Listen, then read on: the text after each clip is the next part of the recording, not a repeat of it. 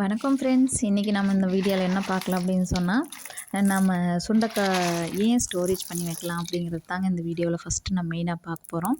ஏன்னா நம்மளுக்கு மெயினாக ஹீமோகுளோபின் குறைபாடு இருக்கும் நிறைய பேருக்கு.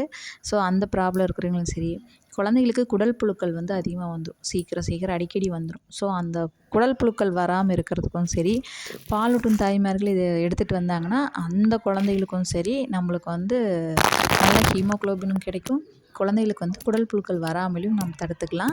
ஸோ அப்படிப்பட்ட ஒரு அரிய மருத்துவ குணம் வாய்ந்த இந்த சுண்டைக்காய் பற்றி தாங்க இன்றைக்கி பார்க்க போகிறோம்.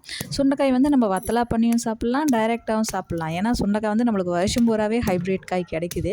ஆனால் அது நம்ம சமைக்கிறது எவ்வளோ சமைக்கிறோம் அப்படின்னு சொன்னால் ஒரு 5 நாளைக்கு ஒரு முறையோ இல்லை மாதத்துக்கு ஒரு முறையோ, இல்லை ஒரு சிலர் சமைக்கிறது கூட இல்லை.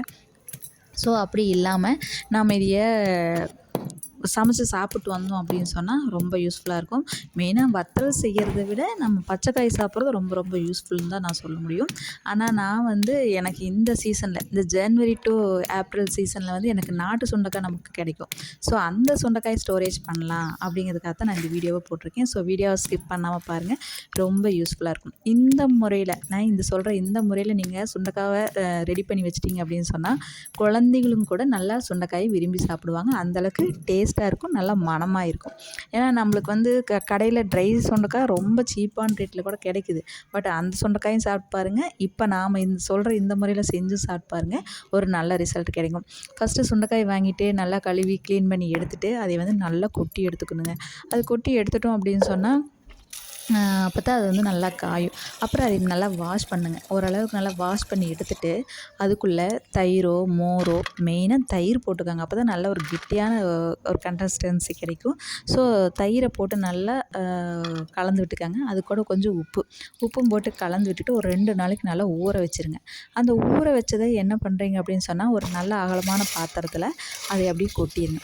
இங்கே அதில் தண்ணி வடியும், அந்த தண்ணி வந்து வேஸ்ட் பண்ணிடாதீங்க. அந்த தண்ணியோடு சேர்ந்து நல்லா காய வைங்க. ஒரு 2-3 நாள் காஞ்சதுக்கப்புறம் அதை அப்புறம் எடுத்து ஒரு பாலித்தீன் கவரில் நல்லா விரிச்சுட்டு நல்லா ட்ரை ஆகிற அளவுக்கு நல்லா காய வச்சு எடுத்து வச்சு ஸ்டோர் பண்ணிக்கலாம்.